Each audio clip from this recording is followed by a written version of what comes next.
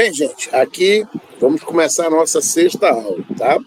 A gente finalizou o primeiro capítulo do Carlos Martins, e aí, dando prosseguimento, vamos ao segundo capítulo da obra, né? O que é sociologia, tá?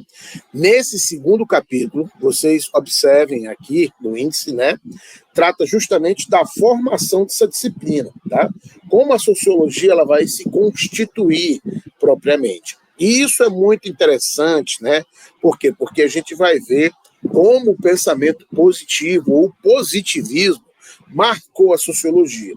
O positivismo, como eu já disse para vocês, tá? É uma corrente filosófica, sociológica, social, né? Vocês podem interpretar dessa forma, né? Que tem a sua origem muito marcada pelo pensamento do Augusto Comte. Óbvio que o Augusto Comte, tá? A gente vai ver, ele foi discípulo do Saint-Simon, tá? Então, na verdade, né, vamos dizer assim, né, o pensamento foi muito mais, o pensamento mais marcante foi do Saint-Simon e não propriamente do Augusto Comte. Muita gente até diz que o Augusto Comte plagiou algumas ideias, né, do Saint-Simon. Mas isso aí, né, não vem ao caso nesse momento, tá? Mas é interessante a gente entender, né, que a sociologia ela vai ter essa influência, né, justamente por quê? Porque a sua sistematização, ou seja, a sua organização epistemológica e metodológica, tá? De certa forma, ela tem um impacto, ou ela tem uma marca muito grande na França, tá? Depois, né, óbvio, né, outros países e outros pensadores de outros países terão e darão as suas contribuições. Né? O próprio Karl Marx, por exemplo, ele depois é resgatado. Tá? O próprio Karl Marx, né, que num primeiro momento, vamos dizer assim, houve muitas controvérsias em relação ao seu pensamento, depois, né, existe uma reanálise da própria perspectiva do pensamento do Karl Marx para a gente entender a formação da própria sociologia. E não só o Karl Marx, como o próprio Max Weber posteriormente, tá ok? Mas vamos lá, entendeu? Para o capítulo 2, tá? E nesse capítulo 2, tá? A gente já tratou do surgimento, a gente já viu assim historicamente, né? Quando a sociologia vai nascer, os motivos, né, dela nascer propriamente, entendeu? Que é justamente aquelas crises geradas, né, pela Revolução Industrial, geradas pela Revolução Francesa, tá? Óbvio, né, que existem outros momentos históricos, como eu já disse anteriormente para vocês, que são marcantes, tá? Muito marcantes, tá ok? Mas a gente tem que perceber, né, que essa formação, esse surgimento, né, se dá nessa perspectiva histórica entre o século XVIII e o século XIX. E aí, a gente já vai pular, tá, para a página 40, ok? Então vamos aqui para a página 40, para a gente analisar, né, uma perspectiva, né, já apresentada pelo olhar do Durkheim. Né? Como eu disse para vocês, o Saint-Simon terá uma participação muito grande, um impacto muito grande nessa perspectiva. E observem o que o Durkheim diz aqui na página 40, primeiro parágrafo, né, algumas linhas, né, para baixo, né, umas 5, 6 linhas abaixo, vocês vão encontrar o seguinte, né, nas palavras do Carlos Martins.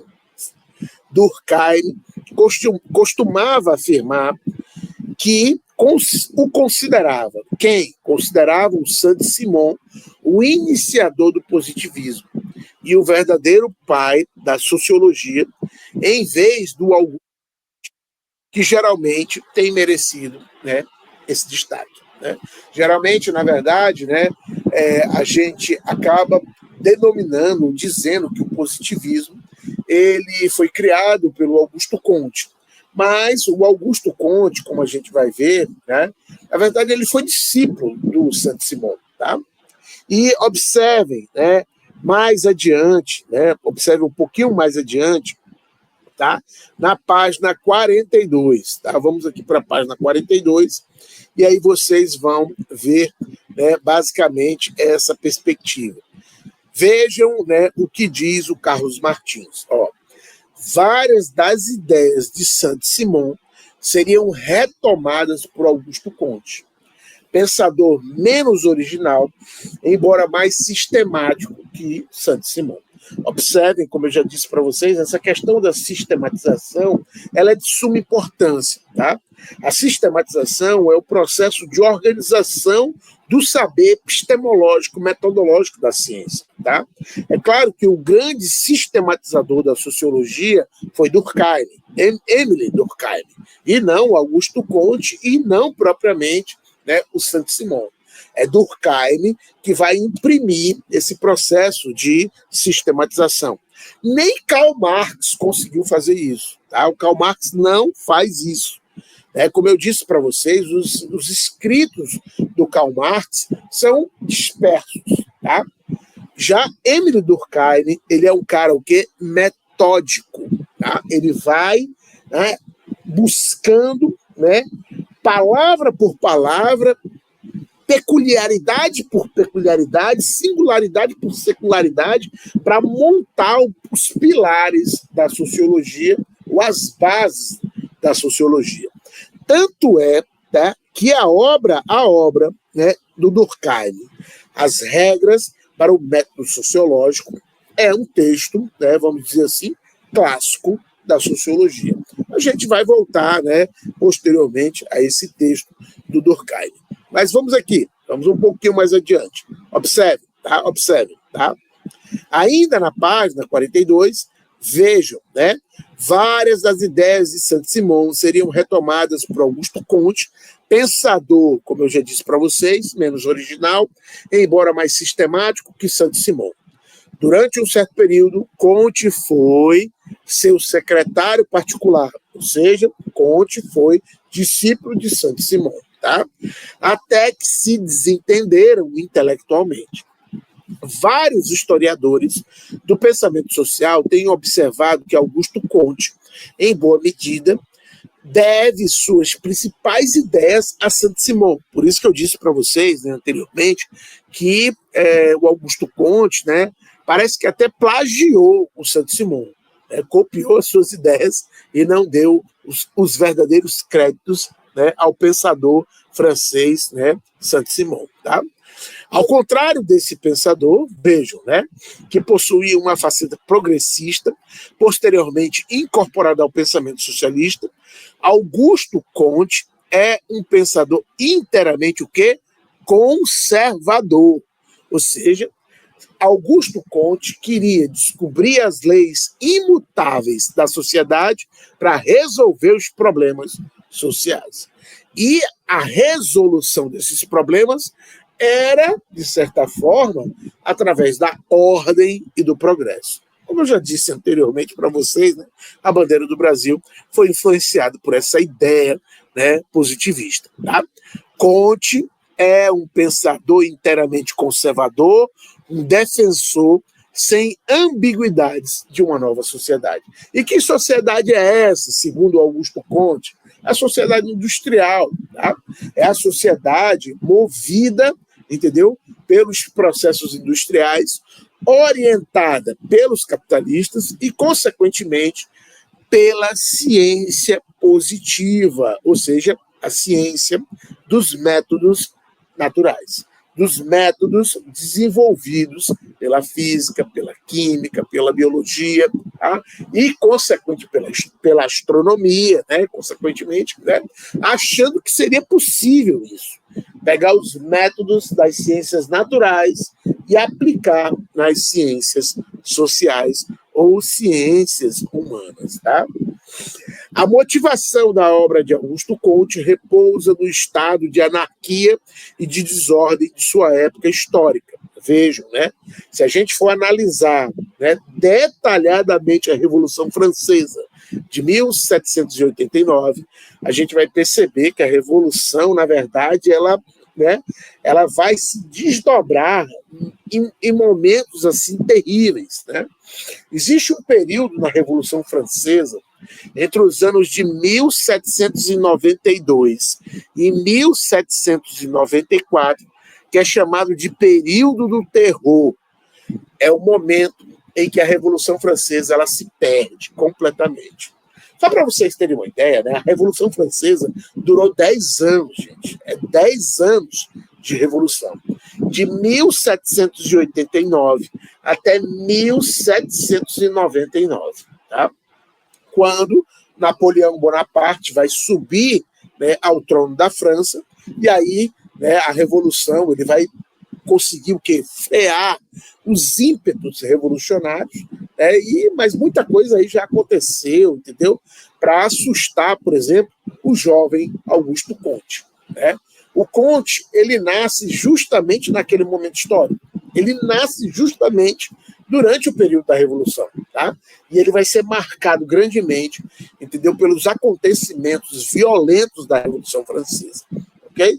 É por isso que ele queria, né, descobrir as leis sociais para tentar o quê? Acabar com a anarquia das revoluções e a desordem das revoluções, tá?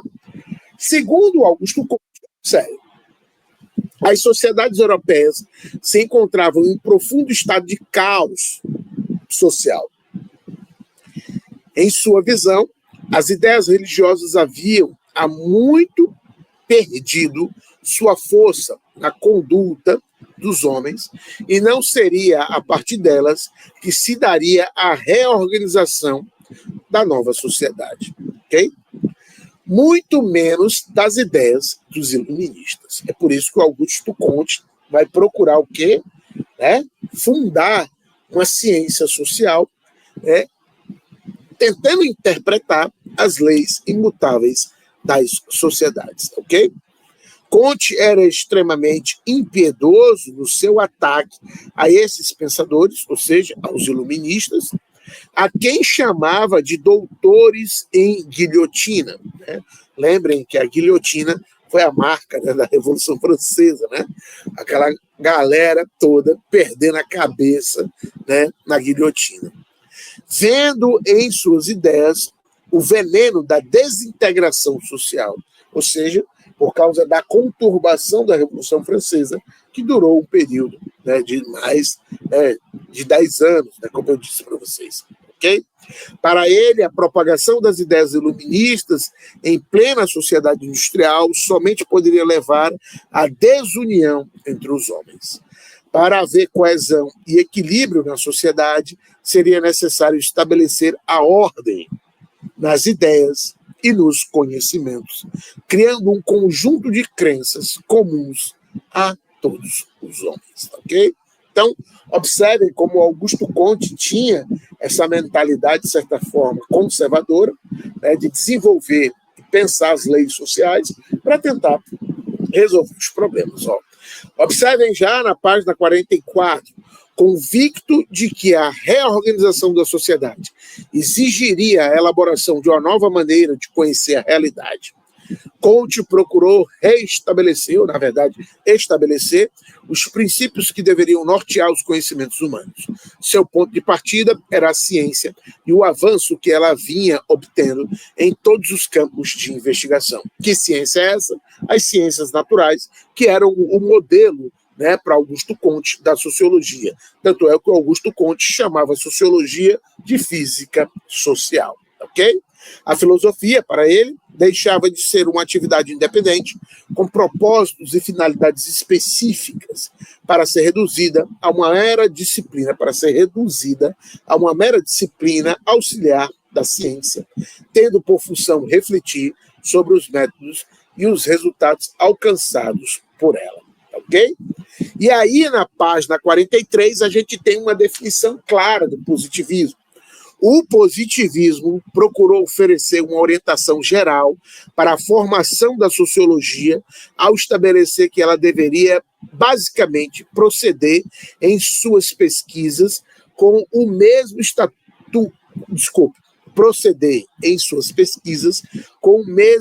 de espírito que dirigia a astronomia ou a física rumo às suas descobertas.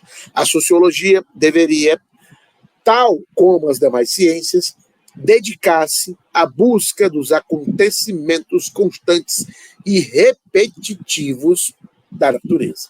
Observem, né, que aqui a gente tem uma definição clara, segundo Carlos Martins, sobre a influência do positivismo na sociologia, ok? E como a sociologia, de certa forma, no início, principalmente a sociologia francesa, teve essa influência positivista e iguala a sociologia às ciências, iguala os métodos, a epistemologia da sociologia às ciências da natureza, a física, a química, a biologia e etc. Ok? Observem, tá? Observem, né, como o positivismo, de certa forma, influencia o pensamento e o desenvolvimento da sociologia. Tá? A gente fica aqui nessa sexta aula, voltaremos para finalizar esse capítulo 2, que é muito interessante, esse capítulo do Carlos Martins. Valeu, gente, um abraço, obrigado.